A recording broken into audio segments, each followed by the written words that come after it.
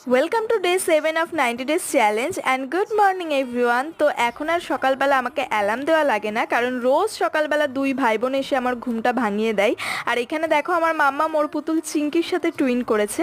এরপর একটু ফ্রেশন আপ হয়ে গরম গরম চা নিয়ে বসে গেলাম। তো আজকে একটু তাড়াতাড়ি ঘুম থেকে উঠেছিলাম বলে হাতে অনেকটা সময় আছে।